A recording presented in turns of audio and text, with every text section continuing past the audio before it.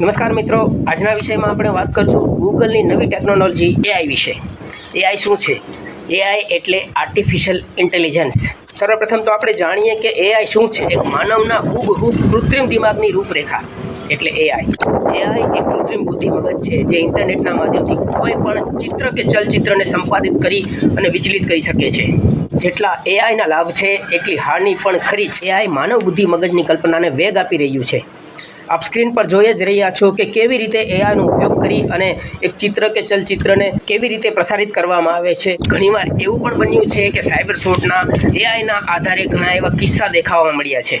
AI artificial intelligence એટલે કે AI દ્વારા વિશ્વના તમામ મોબાઈલ ધારકો આકર્ષિત થઈ રહ્યા છે. ખાસ કરીને આ પોસ્ટના માધ્યમથી હું આપને એ જણાવવા માંગુ છું કે આપના જો કોઈ ખાનગી ફોટો હોય, વિડીયો હોય અથવા તો કોઈ સ્કૂલના પણ વિડીયો અથવા ફોટો હોય તો આપના ફોટો અને વિડીયોને સુરક્ષિત રાખવા વિનંતી. કેમ કે આ જે સોશિયલ પ્લેટફોર્મ છે ત્યાં કદાચ આપણે આપના ખાનગી ફોટો અપલોડ કર્યા અને જો એઆઈના માધ્યમથી કોઈ દુરુપયોગ થયો તો આપ ખૂબ જ મુશ્કેલીમાં પડી શકો છો.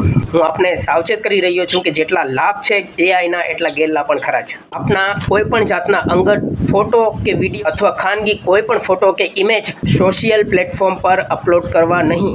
ખાસ સાવચેત કરી રહ્યો છું આપને. આપના ઇમેજ અથવા આપના વિડીયોનો દુરુપયોગ થઈ શકે છે એઆઈના માધ્યમથી.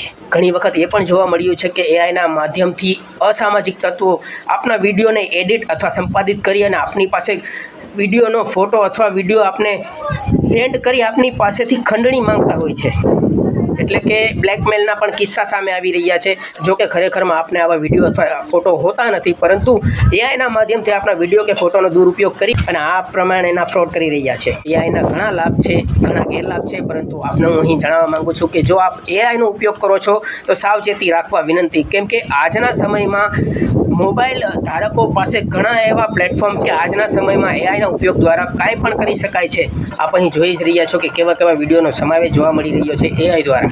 આ સિવાય બીજી એક ખાસ આપને જાણ કરી રહ્યો છું કે જો કોઈ પણ પ્રકારે આપના ઇમેજ અથવા વિડીયોનો દુરુપયોગ થઈ રહ્યો છે, હું અહીં એકવાર ફરી આપને સ્પષ્ટ જણાવી દઉં કે જો કોઈ આપનો વિડીયો અથવા ફોટો વાયરલ કરવાની કોશિશ કરી રહ્યા હોય અથવા એઆઈના માધ્યમથી સંપાદિત કરેલો હોય તો આપના નજીકના પોલીસ સ્ટેશનની મુલાકાત લઈ શકો છો. અને ખાસ કરીને એક બીજી વાત આપને જણાવવા માંગુ છું કે આ પ્રમાણેના અપરાધ દંડનીય અપરાધ છે, કાયદેસર ગુનો બને છે. ભારતીય ન્યાય સંહિતા અનુસાર આ પ્રમાણેની ઘણી કલમો છે જે આપણે જેલના સળિયા પાછળ ખેંચી શકે છે. એટલે મહેરબાની કરીને અસામાજિક જે તત્વો છે એમને ખાસ સૂચના આપી રહ્યો છું કે આ પર કોઈ પણ પ્રકારના સાયબર ફ્રોડની કોશિશ કરવી નહીં, અન્યથા આપ જેલના સળિયા પાછળ ધકેલાઈ શકો છો.